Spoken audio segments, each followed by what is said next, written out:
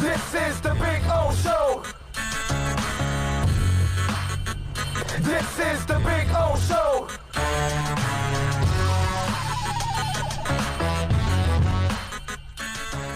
Things to talk about. It's a Heat night, isn't it? Because Heat are back in action tonight. Game 2 in a contest that we're all hoping that they can take a 2-0 lead. We know this is going to be a hell of a series. That's why I went with the Heat in 7 in this one, because I think it's going to be a flat-out war. But if Miami somehow wins today, that would put them in the driver's seat. Nothing's for sure. We've watched the Denver Nuggets already come back twice from 3-1, right? So we can't take anything for granted at this point in time. But tonight, man, if somehow or another they're able to pull it off, that'll be absolutely phenomenal if they're able to do it. And we are undefeated when we're 2-0 in the playoffs. You know that? Yeah. Not that, you know, that's past, blah, but it bodes well. And I think the Celts are 2-13 all time when they're down 0-2. Well, anybody that's down 0-2 is down. Yeah, the deck is, you've stacked the deck against you too hard, man. That's normal. If you're down 0-2, that's going to be a problem for any team out there. And so it's interesting because, and I think it's starting to rear its ugly head again, the whole asterisk thing. And I'm going to stay consistent. Before the bubble started, I said you deserve 2 crowns if you're able to get through all of this, because you start the season, then you stop it for 4 months, and now you're put in a bubble for a couple of months, and you've got to have the mental toughness to get through all of this. And I'll stay with that because, you know, there are people out there now that, well, Milwaukee and the Clippers got eliminated. Is there an asterisk now because some of the better teams got eliminated? And here's where I would challenge all of those folks out there. The teams that are playing now and left are the more mentally tough teams left in the NBA. And so that's what I'm saying about the Clippers. They weren't mentally tough. You know, they might have had the best talent top to bottom. I thought they were going to win the title. I thought it was Clippers, Lakers in the Western Conference Finals like pretty much everybody else did. I thought Clippers would advance, and it should be Clippers, Milwaukee, right, is what I thought it would be, like, you know, most people. And the Heat go and eliminate Milwaukee, and now the Clippers get eliminated by the Denver Nuggets, and people are supposed to now start talking, well, you know, some of the better teams got eliminated. Well, that's their problem. And where I tell you that I'm going to add even more to the double crown of whoever wins the title this year, because the thing I think people aren't looking at is there are no advantages anymore. You don't get to go home to a packed Staples Center, okay, or whatever the Bucks Arena is called. I know it used to be the Bradley Center when it was the older arena. I forgot what the new one is. Or the AAA. Miami, the Heat doesn't get to go back to the confines of the AAA with 20,000 maniacs screaming for them, and they're great at home. They got a great home record. They're not great on the road, but they were great at home. So all of a sudden, we take out all the advantages.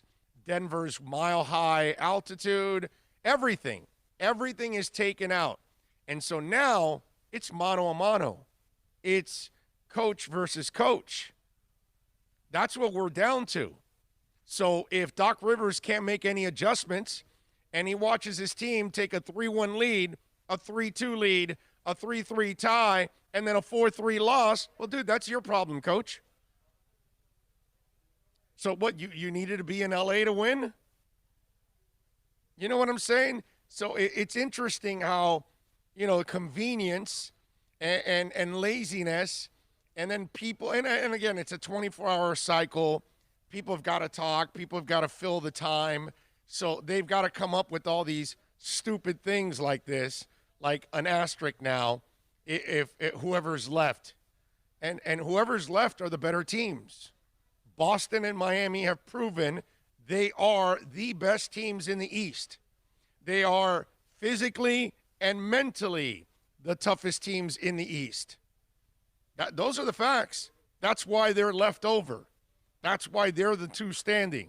And Denver, come on, man. They were down 3-1 twice already, and they came back. At one point or another, you can't call it a novelty anymore. You can't call, well, they're overachieving. No, they're a damn good team that have two stars that are rising stars in this league. That's all.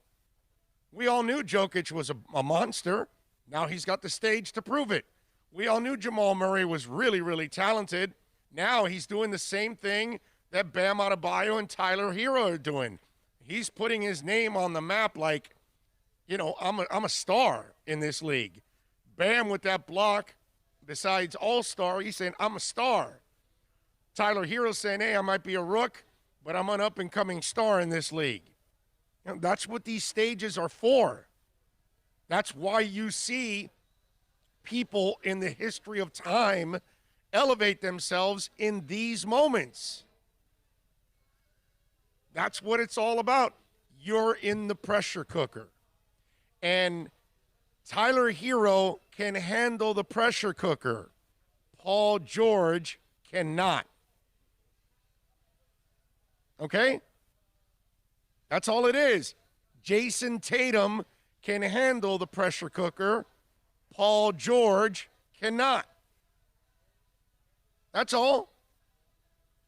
And it doesn't matter whether, we're talking about the regular playoffs or we're talking about these playoffs.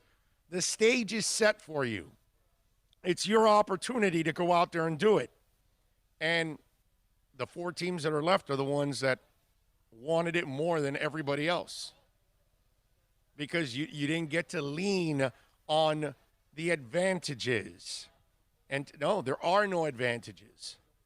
It's now an even playing field for everybody, which I got to tell you, it kind of intrigues me that maybe we should do this for the future.